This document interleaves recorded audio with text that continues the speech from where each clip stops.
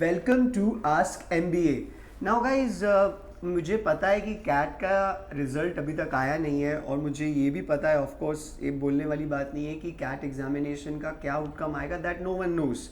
We can only predict and assume that this is what is going to happen. But then if you are in doubts और if you are sure कि तुम्हारा CAT का examination अच्छा नहीं गया, then this is a must watch video for you.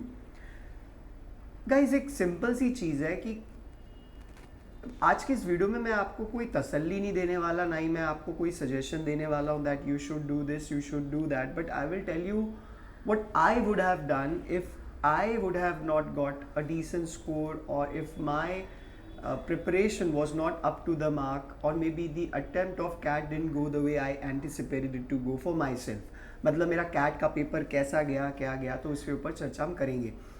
लेकिन समझो अगर कैट का एग्जामिनेशन आपका अच्छा नहीं गया तो यहाँ पे मुझे क्या करना है। यहाँ पे मुझे आपसे एक ही चीज़ बोलनी है कि गाइस, बोलना आसान है, मेरा करना मुश्किल है, लेकिन करना तो पड़ेगा ही। सबसे पहली चीज़ कि आप अपनी गलतियों पे नज़र डालेंगे।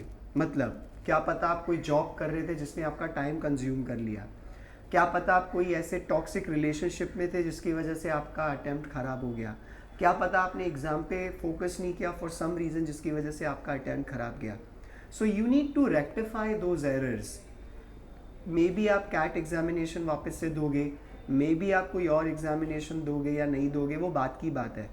लेकिन अगर ये कुछ जो पॉइंटर्स हैं जो तुम्हारा फोकस और डेडिकेशन भटकाते हैं, तो या वो एग्ज़ाम हो या लाइफ हो, you won't be getting success the way you expect to get, और maybe you won't be able to realise your potential और calibre the way you realise it. सबसे बड़ा रीज़न कोई भी चीज़ में सक्सेसफुल ना होने का ये होता है कि we are lazy and we take things for granted, we seek motivation, we seek shortcuts. मैं जानता हूँ लोग यूट्यूब पे जाके अक्सर ऐसे चीज़ों को रेगुलर फॉलो करते हैं कि उन्हें फील गुड फैक्टर आता है, सुबह 2 बार देख लिया, शाम में 2 बार देख लिया, बट गाइस उन चीज़ों से स्कोर नहीं आता। तुम्हें उस टाइम के लिए अच्छा लगेगा कि येस, इज जस्ट लाइक कि तुम एक मरने वाले आदमी को बोलते हो नहीं नहीं भाई सब ठीक हो जाएगा, but you know that person is going to die. It happens in the medical profession. So सबसे बड़ी चीज़, मोटिवेशन सीख करना बंद करो, रियलिटीज़ पे फोकस करना शुरू करो, अपनी वीकनेस को फाइंड आउट करो, write down the reasons why your CAT attempt didn't go the way you expected it to be. तुम्हारा कैट का अटेम्प्ट क्यों अच्छा नहीं गया, write down those mistakes and then start working on those mistakes or on those errors। May be आप CAT examination दोबारा दोगे, ठीक है, मे बी आप CET एग्जामिनेशन दोगे या स्नैप देने वाले हो या NMAT एग्जामिनेशन देने वाले हो, बट जो भी लाइफ में करोगे एटलीस्ट वो गलतियाँ रेक्टिफाई होनी चाहिए। दूसरा point guys, you need to maintain a healthy lifestyle, और I will not say discipline, क्योंकि डिसिप्लिन वर्ड बहुत ही हैवी लगता है, बट एक रूटीन होना चाहिए कि भाई मुझे पता है कि दिन में मैं ये चीज़ करता हूँ, कभी भी करूँ। आपके पास, of course you must have heard this thing a lot and read also if you are a person who reads sometimes और ऑफन, कि इंसान के पास 3 चीज़ें होनी चाहिए। एक जो उसको रिलैक्स करे, एक जो उसका दिमाग शार्प करे, और एक उसकी जो बॉडी शेप में रखें। So I want you guys to focus on these 3 things. You love to watch series, you love Instagramming, you love to connect to people, do that, but also make sure that you do other productive stuff too. For example, you do a physical activity, you join a gym, you go to a park, or you do yoga, you do some activity to keep yourself fit।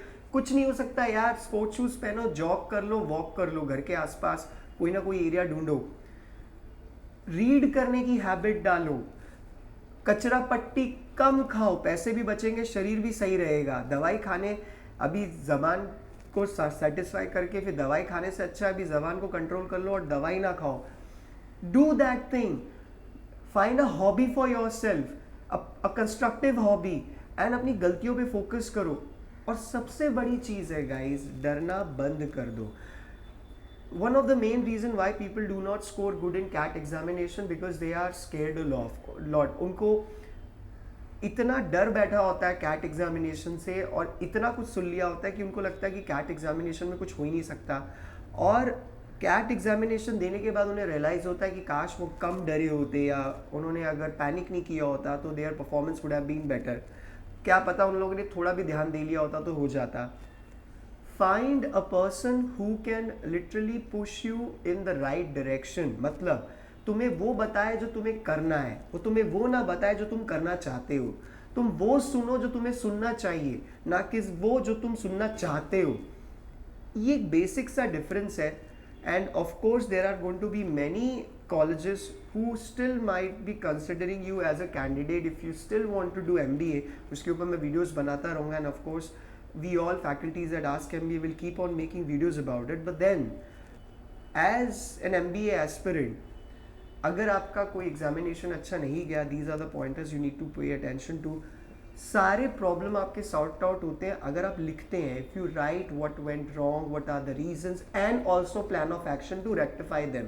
It is self realising and acknowledging and also working on those errors. That's it guys. Make sure that you stay positive. I know it's easily said that done. हार मत मानो and keep on trying. Thank you and best of luck.